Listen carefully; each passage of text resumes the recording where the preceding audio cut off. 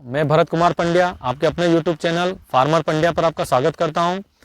किसान साथियों, मैंने आपसे वादा किया था कि लहसुन का डॉक्टर आपको बना के ही रहूँगा, तो उसी क्रम में आज तीसरा पार्ट है जिसमें हम पहचानेंगे लहसुन में पीलेपन का कारण। तो पिछले पार्ट में हमने देखा था कि माइक्रोन्यूट्रिएंट पोषक तत्वों की कमी से भी पीलापन आता है और उसके रोग उसका निवारण भी मैंने आपको बताया था। और आज हम जानेंगे कि कीट के कारण पीलापन किस लिए आता है। तो कीट में मुख्यतः होता है थ्रिप्स। अब इसको हम कैसे पहचानेंगे? तो किसान साथियों, जो थ्रिप्स होता है वो हम इसमें थ्रिप्स देखने की कोशिश करेंगे किसान साथियों। वैसे दिखाई तो नहीं देगी क्योंकि मेरा ही प्लांट है, मेरा ही खेत है। ये यहाँ पर किसान साथियों, इन पत्तियों के बीच में या जो नई पत्तियाँ आती हैं वहाँ पर एक छोटे आकार का कीट होता है जिसका मेन काम होता है कि रस को चूसना। अब ये किन समय में आता है? तो ये सबसे बड़ा दुश्मन है लहसुन का। यह गर्म या नमी वाला जब मौसम होता है उसमें तेज़ी से बढ़ता है, या पौधे में पानी की कमी के कारण भी ये होता है, तापमान बढ़ता है तब भी ये आता है।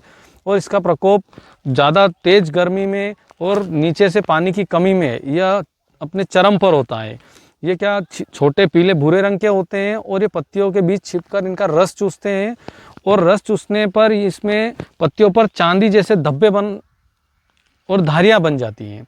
पत्तियाँ मुड़ जाती हैं, टेढ़ी मेढ़ी हो जाती हैं, सूखने लगती हैं। पौधे के प्रकाश संश्लेषण या भोजन बनाने वाला, या सीधी भाषा में हम कहें तो जो हम खाद बीज डालते हैं वो पौधे को प्रॉपर मिल नहीं पाता है और कंद का आकार छोटा हो जाता है। किसान साथियों, हम जितनी भी बातें कर रहे हैं ये सब हम कंद को बढ़ाने के लिए कर रहे हैं, चाहे पोषक तत्व हो या थ्रिप्स हो या फंगस हो। इन सब से निवारण के बाद ही हम जो चाहिए कि हमें कंद का आकार बड़ा मिले, तो वो इन सब को नष्ट या इनका तत्वों की पूरी करने पर ही वो चीज़ें मिलती हैं। अब थ्रिप्स से नुकसान होने के बचने के लिए किसान साथियों हम कुछ नियंत्रण करेंगे। उन नियंत्रण में सबसे पहले आता है इमिडाक्लोरोपिड, जो 17.8 SL फॉर्म में आता है। 1 ml प्रति 3 लीटर या 15 लीटर वाली टंकी में 5 ml लेकर छिड़काव करें, या फिर थायोमिथोक्सोम 25% WG आता है, उसको आप 0.5 ग्राम प्रति लीटर के हिसाब से मिलाकर स्प्रे करें। और किसान साथियों, एक मेरा अनुभव है कि आप जो भी दवाइयाँ स्प्रे करें उसमें आप नीम तेल 1500 ppm वाला जो आता है वो 4 से 5 ml प्रति लीटर पानी में मिलाएं और उसके साथ एक स्टिकर मिलाएं, क्योंकि लहसुन की पत्तियां चिकनी होती है, इस पर जनरली दवाइयां ठहर नहीं पाती है, इसलिए स्टिकर का उपयोग जरूर करें। और नीम तेल मिलाने से बेनिफिट ये होगा कि आपका जो पौधा है वो कम से कम दवाइयों में और इलाज से परहेज बेहतर वाली स्थिति में रहेगा कि उस पर रोग आएंगे नहीं।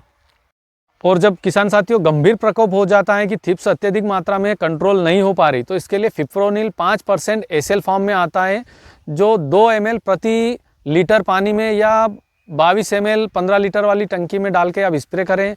या इसके अलावा स्पेनोपेड जो 45% SC फॉर्म में आता है, उसको आप 5 ml 15 लीटर वाली टंकी में डालकर स्प्रे करें।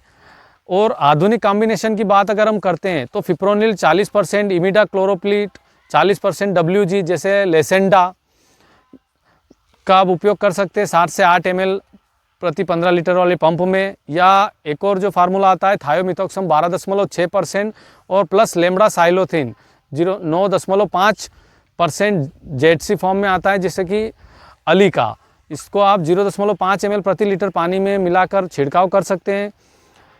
अब दूसरा कीट होता है बैगनी धब्बा, पर्पल ब्लाउच या स्टेम फिलियम ब्लाइट या झुलसा रोग। इसके कारण भी लहसुन की पत्तियां पीली पड़ जाती हैं, सूख जाती हैं। ये दो क्रमशः रोग जो होते हैं ये फंगस होता है। पहला होता है अल्टरनेरिया पोरी और स्टेम फिलम फंगस, ये अक्सर एक साथ आते हैं। ये ज़्यादा नमी, कोहरा, हल्की बारिश वाले मौसम में तेज़ी से फैलते हैं। पत्तियों पर थ्रिप्स द्वारा किए गए घाव से इनका संक्रमण और भी आसानी से हो जाता है। पर्पल ब्लाउन जो होता है, पत्तियों पर पानी से भीगे छोटे सफ़ेद धब्बे बनते हैं जो बाद में बड़े होकर बैगनी रंग हो जाते हैं और धब्बों के चारों ओर पीला घेरा बन जाता है। स्टेम फिलियम जो फंगस होती है उसमें पत्तियों पर छोटे छोटे पीले भूरे धब्बे बन जाते हैं जो काले हो जाते हैं। इन दोनों पत्तियों में दोनों जो रोग होते हैं ये पत्तियों को ऊपर से सुखाने लगते हैं, जिसे झुलसा रंग भी कहते हैं, और इससे कंद का विकास पूर्ण रूप से रुक जाता है। साथियों, ट्राइकोडर्मा का छिड़काव जो जैविक पद्धति से होता है, जो 5 ml प्रति लीटर पानी के घोल बनाकर छिड़काव करें। और रासायनिक की अगर हम बात करते हैं, जो अत्याधुनिक फार्मूले हैं उनमें आता है, शुरुआती अवस्था में अगर कॉन्टैक्ट फंगीसाइड का उपयोग करेंगे तो मैनकोजेब 75% WP 2.5 ग्राम प्रति लीटर या क्लोरोथिनोलिल 75% WP 2 ग्राम पर लीटर पानी और स्टिकर के साथ मिलाकर स्प्रे करें।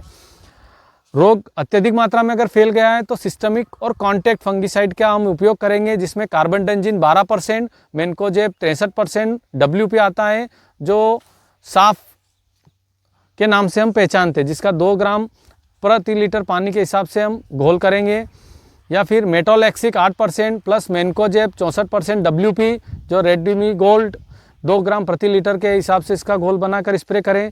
और बेस्ट रिजल्ट जिसकी हम बात करते हैं कि एजोक्स्ट्रोबिन 18.2% प्लस डाइफिनोकोलोजोल 11.4% SC फॉर्म में आता है, जिसको 1 ml प्रति लीटर पानी के घोल में बनाकर छिड़काव करेंगे तो यह रोग पूर्ण रूप से समाप्त हो जाएगा और आपके उत्पादन पर भी कोई फर्क नहीं पड़ेगा।